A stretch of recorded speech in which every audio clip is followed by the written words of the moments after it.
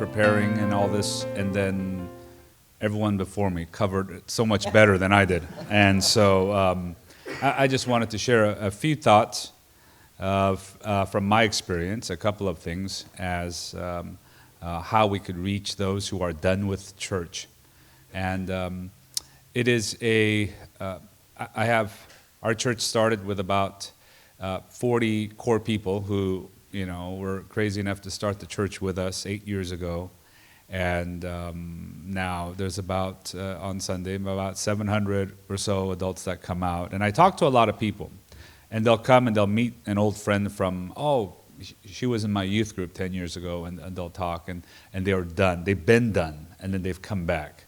And so I was talking to our pastoral staff about, and I posed some of these questions. I said, all right, let's, you guys help me out. Give me some thoughts. What are your thoughts on this? And we were naming names and thinking of faces as we were looking at these categories and what it is. And obviously they're all very different for whatever reason it is. And the sociologist will point to culture and tell us some of the cultural things that are happening, the phenomenons of the world and the mindset and the attitude and the perspective that the church is irrelevant. And before, when I was in high school, you think of a pastor with high reverence, and they tell you something, you do it, and now it's just, maybe they are the bad guys, and the way it's been portrayed. And so there's a lot of somewhat working maybe against us, but I think it's an opportunity. I know Dr. Young Hertig shared yesterday,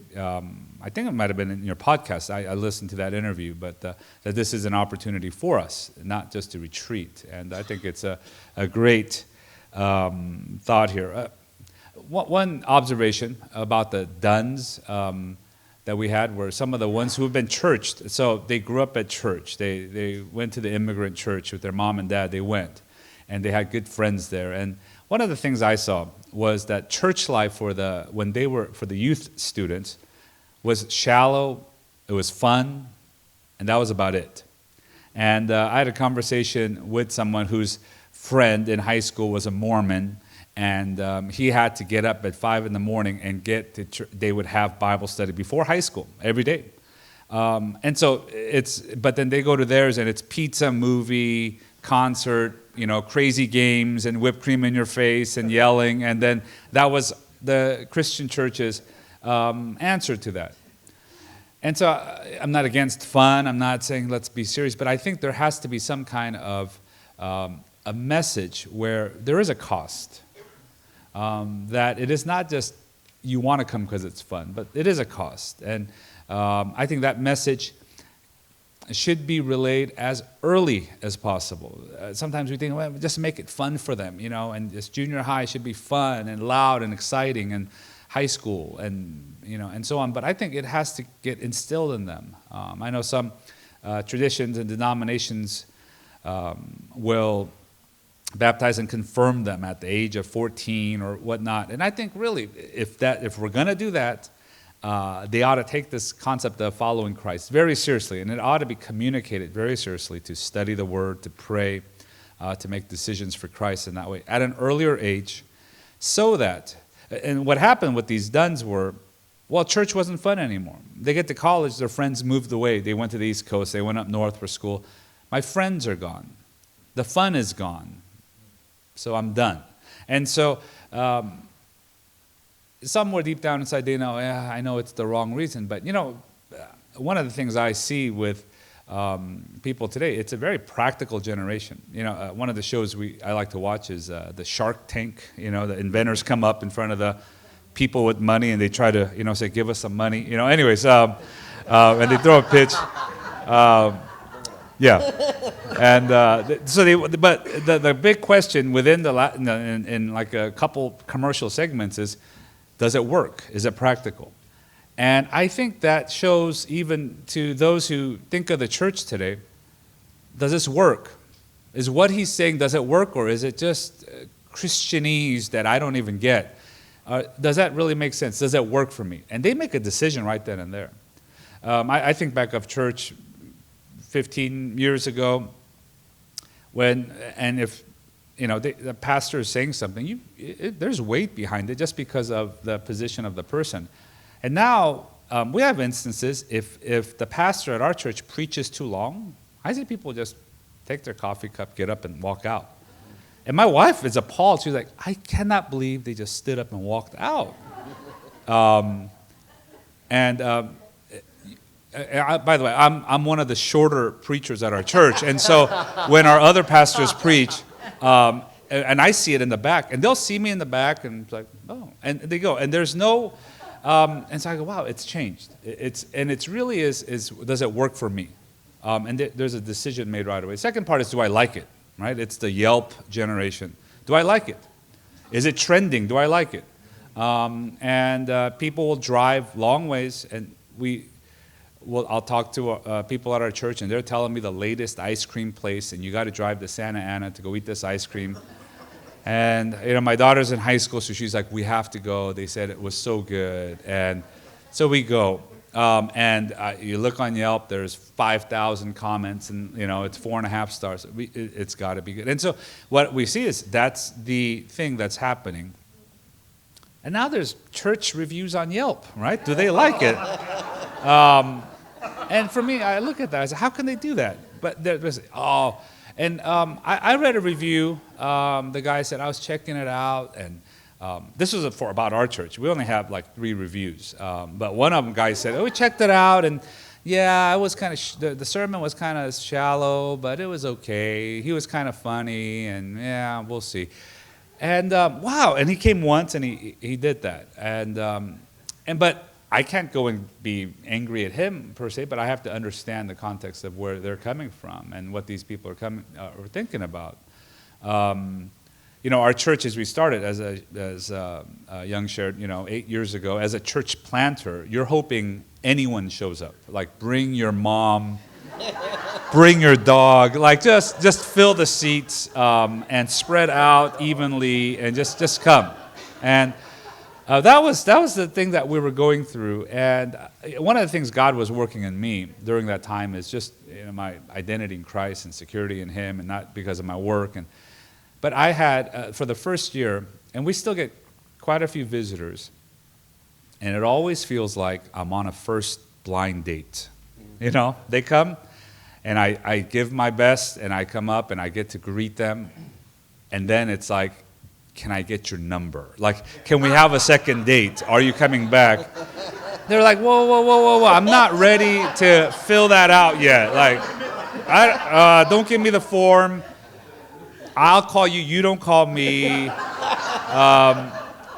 I would stay up nights, and then next week, if they don't show up. And now it's, when I was working and serving in the immigrant Korean church, options were limited.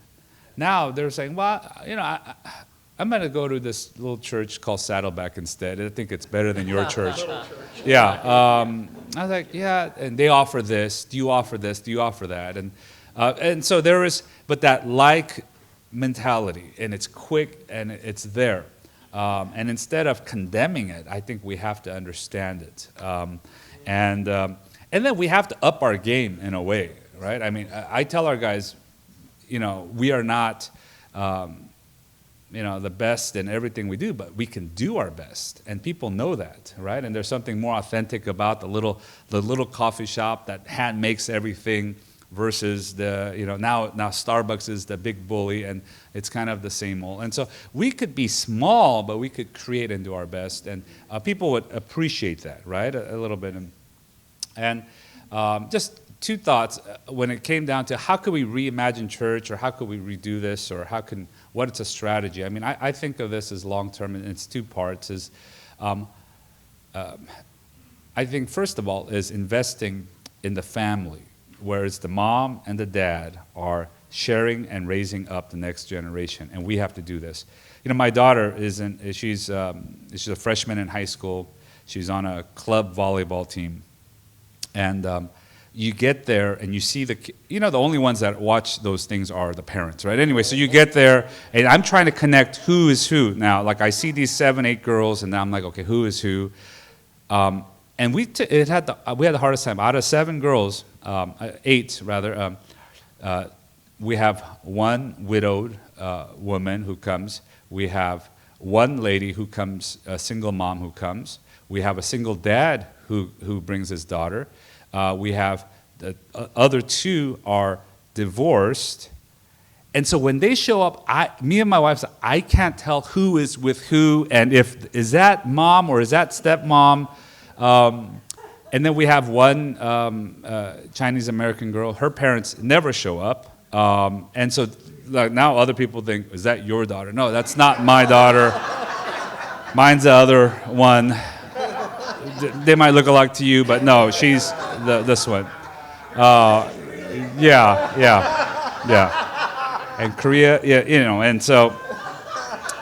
But really, I look at that and I was thinking, and boy, this is what a broken group of kids.